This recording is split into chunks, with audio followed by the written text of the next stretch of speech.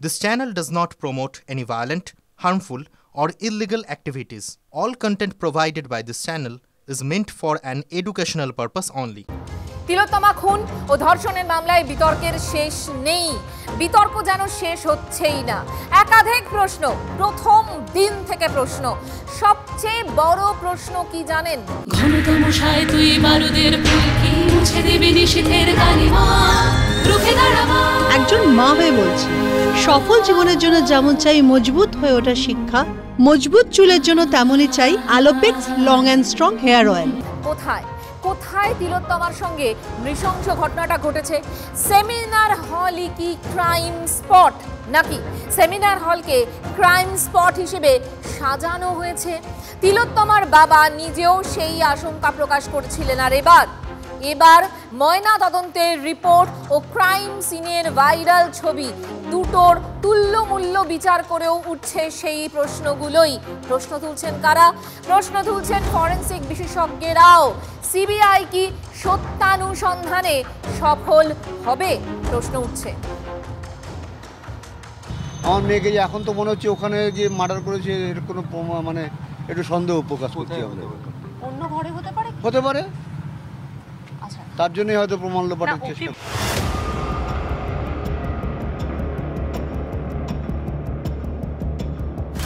দিন কয়েক আগে এই প্রশ্নটা তুলেছিলেন তিলোত্তমার বাবা।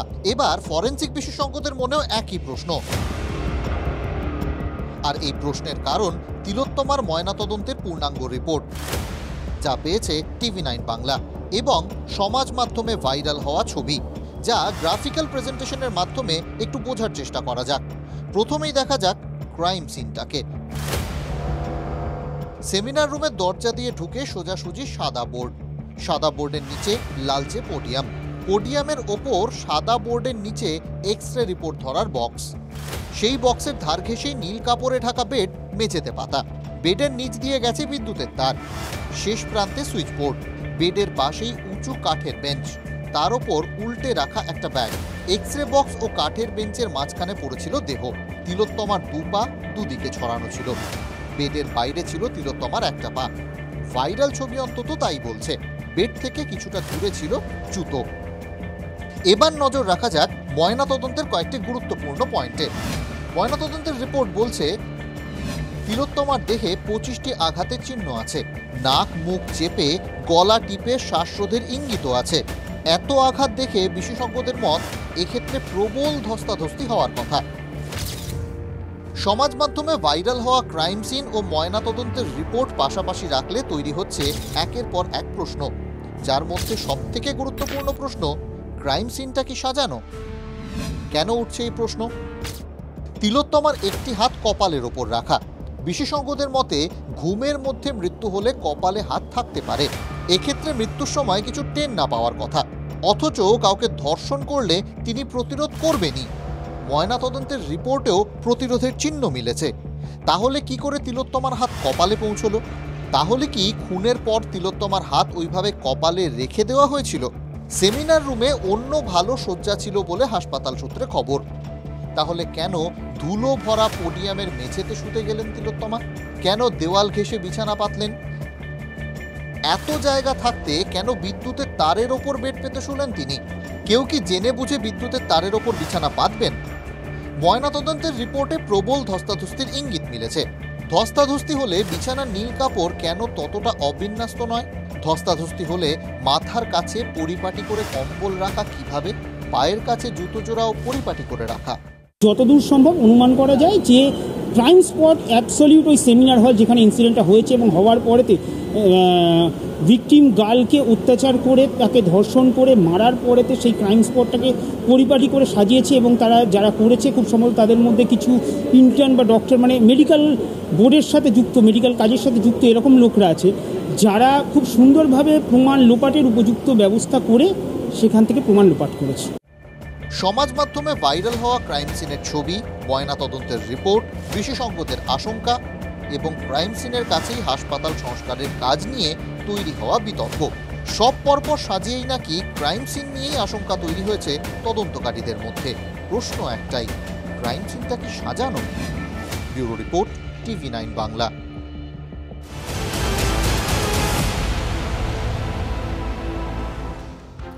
ইদানিং কেন্দ্রীয় বাহিনী ছাড়া বাংলার ভোট হয় না, এ ছবি আমাদের চোখে সই গিয়েছে। এবার হাসপাতালেও কেন্দ্রীয় বাহিনী দেখছে বাংলা, মানে দেখবে বাংলা। পুলিশে বিন্দুমাত্র ভরসা নেই, তাই আরজিকর হাসপাতালে সিআইএসএফ মোতায়েনের নির্দেশ দিলেন সুপ্রিম কোর্টের প্রধান বিচারপতি ডিওয়াই চন্দ্রচূড়। কেন এই নির্দেশ জানেন? ডাক্তারি ছাত্রীরা এখনো আরজিকরের হোস্টেলে ফেরার সাহস পাচ্ছেন না, বেশিরভাগই এখনো বাড়িতে। বেনজির দৃশ্য বাংলায়, এই প্রথম কোনো হাসপাতালে নিরাপত্তায় কেন্দ্রীয় বাহিনী। গোটা আরজিকর হাসপাতাল হস্টেল সর্বত্র সুরক্ষার দায়িত্বে CISF, central industrial security force. যে বাহিনী এয়ারপোর্টের নিরাপত্তার দায়িত্বে, তাদেরই কাঁধে ডক্টর, নার্স, ডাক্তারি ছাত্রছাত্রী, রোগী, রোগীর পরিজনদের সুরক্ষার গুরু দায়িত্ব। হাসপাতালে কেন্দ্রীয় বাহিনীর প্রয়োজন পড়ল কেন?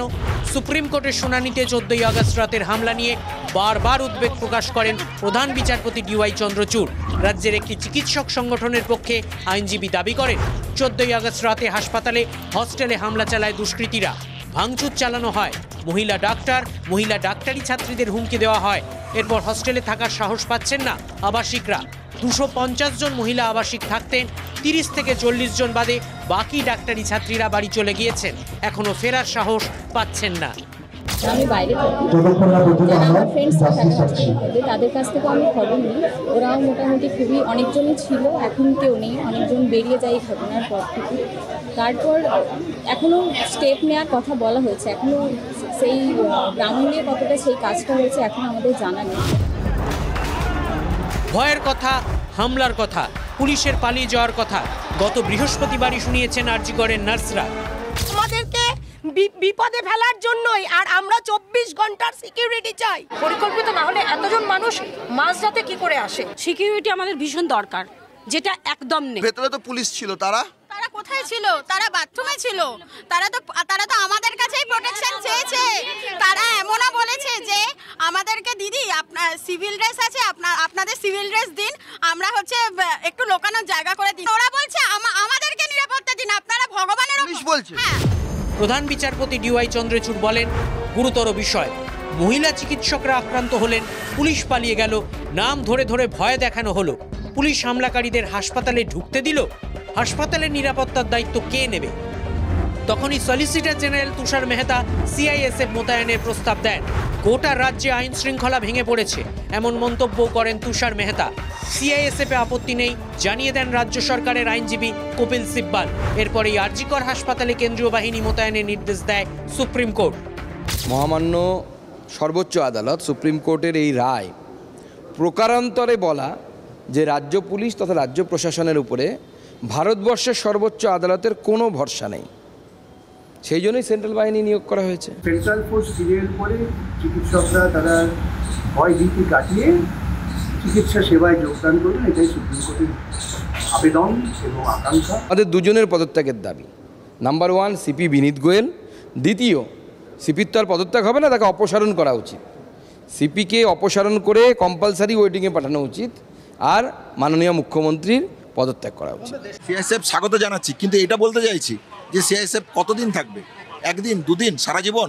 আমরা এটা বারবার বলছি যে আমরা ডাক্তার, আমরা রোগী পরিষেবা দিতে চাই, এটাই আমাদের কাজ। শুধু হাসপাতালের মধ্যেই নয়, সারা বাংলায় হাসপাতালের বাইরেও সন্ত্রাস, হাসপাতালের মধ্যেও সন্ত্রাস। এটা শুধুমাত্র হাসপাতালকে সুরক্ষিত করলেই হবে না, সারা বাংলাকে সুরক্ষিত করবার আর্জি আমাদের থাকবে। আরজিকরকে লক্ষ্য করে যে চক্রান্ত, যে হামলা, এগুলো মূলত বাম, রাম এবং অপশক্তিগুলো করছে। আরজিকরকে একটা চক্রান্তের লক্ষ্যবস্তু করে নিয়েছে এই বাম, রাম এবং কিছু অপশক্তি। ভোটে কেন্দ্রীয় বাহিনী দেখতে অভ্যস্ত বাংলা, যদিও তারপরও হিংসার অভিযোগে লাগাম পড়েনি। আরজিকরে এবার কেন্দ্রীয় বাহিনী, এবার কি ভয় কাটবে মহিলা ডাক্তার, নার্স, ডাক্তারি ছাত্রীদের? খুব তাড়াতাড়ি গমগম করবে কি hostel? Bureau report, TV9 Bangla.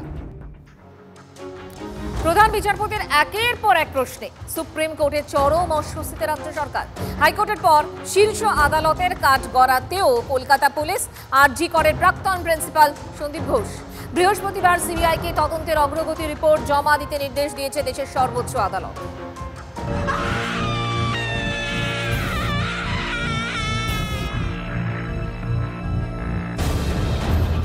Kolkata high court বলেছিল প্রিন্সিপাল প্রভাবশালী, প্রিন্সিপাল শক্তিশালী। তিলোত্তমার দেহ পাওয়ার পর প্রিন্সিপালের আচরণ হতাশাজনক, এ কথাও বলেছিলেন হাইকোর্টের প্রধান বিচারপতি টি.এস. শিবাগনাম। কলকাতা পুলিশের ভূমিকা নিয়েও প্রশ্ন তুলেছিল হাইকোর্ট। এক ছবি দেখা গেল সুপ্রিম কোর্টেও। আরজি করের প্রাক্তন প্রিন্সিপাল এবং পুলিশের ভূমিকায় তীব্র অসন্তোষ প্রকাশ করলেন দেশের প্রধান বিচারপতি ডি.ওয়াই চন্দ্রচূড়। দেহ উদ্ধারের সঙ্গে সঙ্গে কোনো এফআইআর দায়ের করা হয়নি। সকালে দেহ উদ্ধার, রাত 11:15 কেন এফআইআর?